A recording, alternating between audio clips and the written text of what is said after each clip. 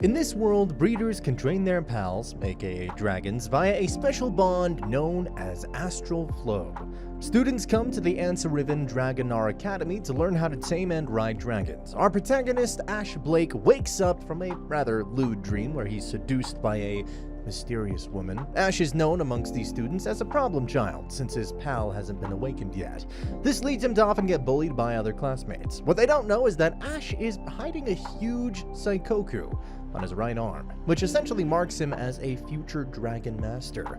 Even though Ash doesn't have a pal, he does have the ability to ride other people's pals. During his dragon fighting practice, Ash accidentally rams his temporary dragon into Princess Sylvia Lautremont's dragon. Sylvia berates his non-existent pal for some reason. This makes Ash angry, who accepts Sylvia's challenge to a race tomorrow. As Ash sleeps, he dreams of the same woman yet again, who tells him that it's the last night, and she's about to awaken. Next day, the race begins, and Ash does his best to stay ahead of everyone else, but eventually loses the race. As Ash is resting his dragon in a jungle, he's ambushed by a man named Milgaus and his apprentice, Anya, from the Zephyros Empire. As Anya is chasing him, she falls down a cliff. As Ash tries to save her, she uses the opportunity to throw him down the cliff. As he's falling, his right arm starts to glow, and his pal is awakened in the form of a human instead of a dragon. The girl wakes up and punches Ash for looking at her while she's naked. She calls herself a dragon and not a human. Ash decides to take her with him to his room. He realizes that she acts much differently than what he expected. Next day, the president of the class visits Ash to check up on his pal. She brings some clothes that she can wear. She tells Ash that the academy has asked Dr. Cornwell to conduct an investigation on the dragon girl. When Ash takes her for shopping, she eats an anther crepe that causes her to act rather lewd with him, drawing the attention of Sylvia, who scolds Ash for feeding her anther, an alcohol-like substance. Later, she apologizes for what she said about his pal earlier before leaving. Realizing that the girl is nameless, he names her Iko. This makes the marking on his right arm glow as the bond between them is complete. Later, Iko is kidnapped from the ladies' room. Sylvia tells Ash to use the astral bond between them to locate her. Ash does so and follows the butterflies guiding him towards her. Ash and Sylvia reach a lab where Iko is being held captive by Dr. Angela Cornwell. She's not willing to let Iko go as she intends to perform experiments on her. She uses magic to knock everyone unconscious, but Ash doesn't give up. With his astral flow restored, he uses it to defeat her and take Iko with him. Next day, he's surprised to learn that Dr. Angela is now his homeroom teacher. The class president, Rebecca, asks Ash to become a member of the student council in a rather sexual way. She tells Ash that he might be of help to the council since he ran into the two folks from the Zephyros Empire. Even though Anya tells Milgaus the academy isn't a threat, he launches an attack on the academy with a monstrous dragon. Rebecca attacks, but he regenerates from the attack. Sylvia loses focus, so Ash has to slap her to bring her back to reality. She summons her dragon so Ash can ride it and save Iko from the tentacle hentai monster.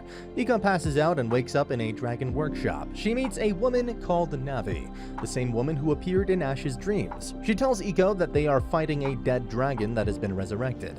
Navi tells Iko that to defeat the dead dragon, he'll need his arc. Navi tells Iko to craft the arc using the designs available to her. Iko creates an arc for Ash and sends it his way through the astral link between them. With his new suit, he attempts to ride the dead dragon. He uses the divine sword to slay the dragon and purge the darkness. With Iko saved, Ash and Sylvia decide to join the council. Sylvia remembers the time when a boy carried Sylvia when her leg was injured during the orphan rites. This is the rite where a mother dragon gives humans baby dragons as their pals. Sylvia doesn't know that the boy was Ash. Rebecca introduces Sylvia and Ash as the newest members of the council. After his speech, Ash notices fan posters about a Silver Knight. It turns out that Ash has sprouted a fan club when he slayed the dragon. Fortunately, his fans don't know the real identity of this Silver Knight. When they're taking a class, Silver Knight fangirls interrupt them and ask about his whereabouts. They also disclose their plans about burying his children, much to Iko's dismay. Their club president, Jessica, is sent away by Rebecca. Rebecca tells Ash that if she were to marry Ash, an arc-wearing breeder, she can become a noble. This explains her obsession with Silver Knight. Rebecca also tells everyone about the arrival of first Princess Veronica, the sister of Sylvia, though she's not happy to hear about this as she regards her sister as a tyrant. Ash notices her condition, so Sylvia's maid tells them how Veronica made sure that Sylvia went through that toughest training. The training broke Sylvia and she came to fear her older sister. Later, Sylvia remembers that she made a promise to that boy that she will be an upstanding knight. This gives her the courage to be at the arrival of her sister. Veronica arrives in her Imperial airship. Veronica senses that something's wrong with Sylvia and attacks her. It's revealed that it's actually Cosette, Sylvia's maid, while the real Sylvia was hiding. Sylvia berates her sister for being weak and humiliates her by stripping her. Ash intervenes and tells her apprentice Glenn to seize him. Meanwhile, Anya the spy hears about the arrival of Veronica and heads to the academy. Ash is made to wear a suit upon the orders of Veronica. Until the reason is disclosed, he's stuck with her maid, Prim, who turns out to be extremely clumsy. Later, he's forced to have a bath with Veronica, Angela, Iko, and Sylvia on the ship. Sylvia doesn't want to get engaged as she has ambitions of becoming an arch-Dragonar. Ash covers for her and says that she was a help in killing that dead dragon. Veronica decides to let Sylvia prove the value of her dream by winning a match. The match begins, but Sylvia is knocked off by her dragon. She wakes up to find Ash near her. Glenn comes to visit her on Veronica's orders and tells her that her sister wants her to offer prayers of repentance for her lack of ability. Later, Rebecca informs Ash about a terrorist known as Avdocha that has infiltrated the academy and made an assassination attempt on Veronica in the past. So he keeps his guard up in case she shows up. During her prayer, Sylvia is attacked by a bunch of terrorists, including Avdocha. Avdocha holds Sylvia and Jessica hostage and threatens to bomb everyone in the church. She demands Veronica's head and says that she will execute a person each time the church bell rings. Veronica says that she's prepared to bomb everyone in the church if need arises, which shocks Ash. Jessica decides to reveal that she's a noble in order to preserve Sylvia's noble identity. Her sacrifice buys her time. It turns out that Anya is also among the hostages. Veronica sends Ash to Avdocha for negotiation upon Rebecca's suggestion. This way he can buy them some time as they attack from below. Akdok reveals that she's out here looking for her sister. When she refuses to surrender, Ash tells Iko to prepare an arc already for him to wear via Astral Link. Meanwhile, Navi tells Iko that her true form is yet to be revealed. Meanwhile, Anya nurses a baby. The baby's crying attracts the attention of Avdok, who decides to execute Anya and the baby. Sylvia intervenes and finds the courage to stand up to Avdok. Veronica's team also make their way into the castle from below and take out the terrorists. Ash transforms into his new arc and fights Avdok's dragon. With his new weapon, he renders the bomb useless by freezing it. Ash's identity is revealed in front of Jessica, and she makes a move on him, but she's kicked out by Iko.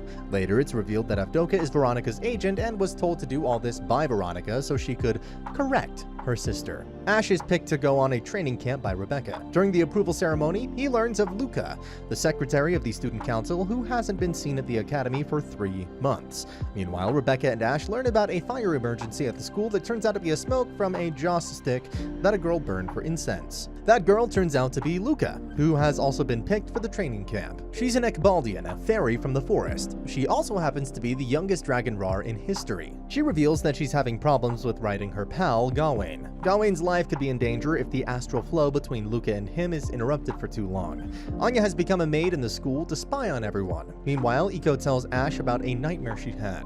To make her feel safe, he sleeps beside her. Next day, Rebecca tells Ash that he should ride Gawain to make a connection with him and understand why Gawain is not letting Luca ride him. Ash takes Luca with him so she can ask why Gawain isn't letting her ride him. Gawain roars at her and Luca runs away in despair. Ash changes into his arc form to ride Gawain.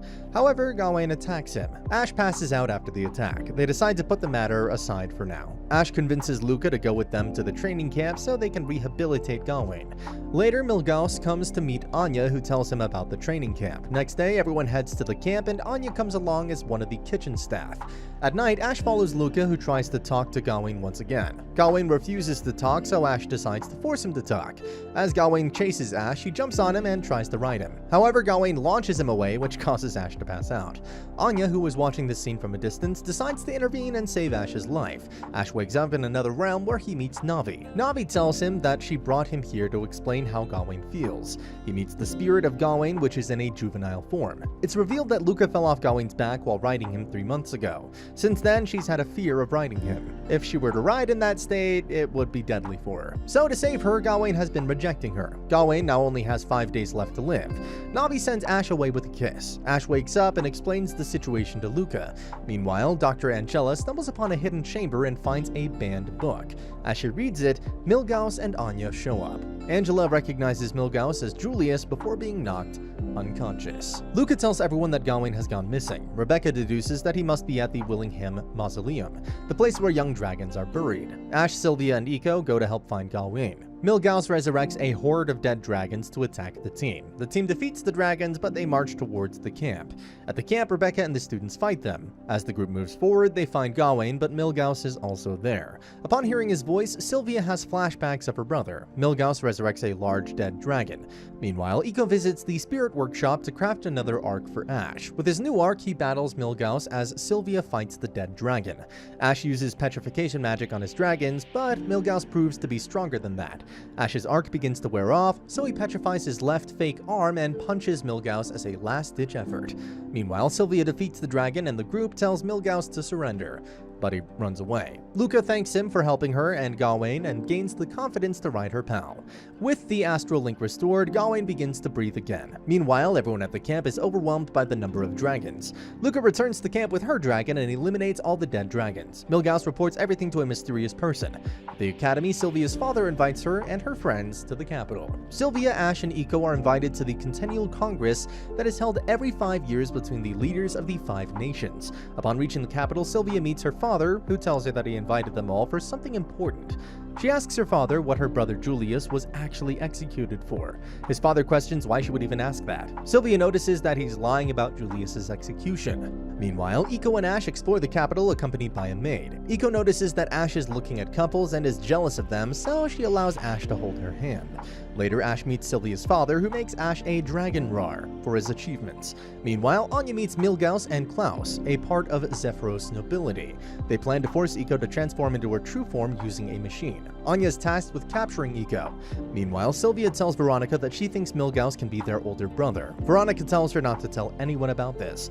Everyone's getting ready for the ball when Sylvia pays Ash a visit and tells him that Milgauss is Prince Julius. She's stressed by all that, so Ash consoles her. Lightning strikes and Sylvia jumps at Ash in fear. Before they can kiss, they hear a knock. Meanwhile, the main prim realizes that Eiko might have feelings for Ash and reminds Eiko that she's a dragon while Ash is a human. This makes Eiko run away in despair. She cries when she realizes that they can't be together. Later, she runs into Anya and her henchmen while Prim comes looking for her. Ash attends the ball after telling Cosette to look for Eiko. They see Klaus and Milgauss at the ball. They can't do anything yet because Klaus was invited to the ball. Sylvia asks Milgauss for a dance and asks him if he's her brother. Milgauss doesn't answer. After the ball, Prim tells everyone that Eiko was abducted. Sensing Milgauss is behind this, they plan their move. Meanwhile, Klaus awakens Eiko's true form, which causes the machine to explode. Ash senses that something bad is happening to Eiko. Eiko's terrifying new form is revealed. Meanwhile, Veronica confronts Milgauss, who reveals that he's actually a dark spirit, Mordred, that has taken over the body of Julius. He planned to use humans as livestock to consume their astral energy. He resided within Julius's dragon, which led him to kill the dragon. He plans to take over Eiko's body to begin his rule. With Julius's body freed, he joins Veronica and others to stop Mordred. After taking over Eiko's body, Mordred asks Navi to join him so he can be reborn as the Dark King, but she refuses. Meanwhile, Ash and Julius get on a ship to battle Mordred, but the ship is severely damaged, and Ash and Julius are forced to abandon the ship. Ash jumps on Eiko's body to ride her. Eiko finds herself in a cage. Navi tells her everything that's happening. She says to prepare an arc for Ash so he can free her. As Ash falls off, Luca comes to save him. Everyone else also comes to the rescue to buy him some time. Ash jumps on Eiko's body, but Mordred launches an attack. Before he can be hurt, his new arc manifests. He summons a sword and cuts off a horn, which forces Mordred out of Eiko's body. With Mordred defeated, Ash embraces Eiko. Meanwhile, Advok finds her sister Anya in the dungeon. Ash recovers following the incident, and Eiko reveals her feelings for Ash as they kiss. And that's the end of the video. As always, if you liked what you saw, subscribe to the channel. I'll be uploading a lot of videos just like this, so I'll see you at the next one.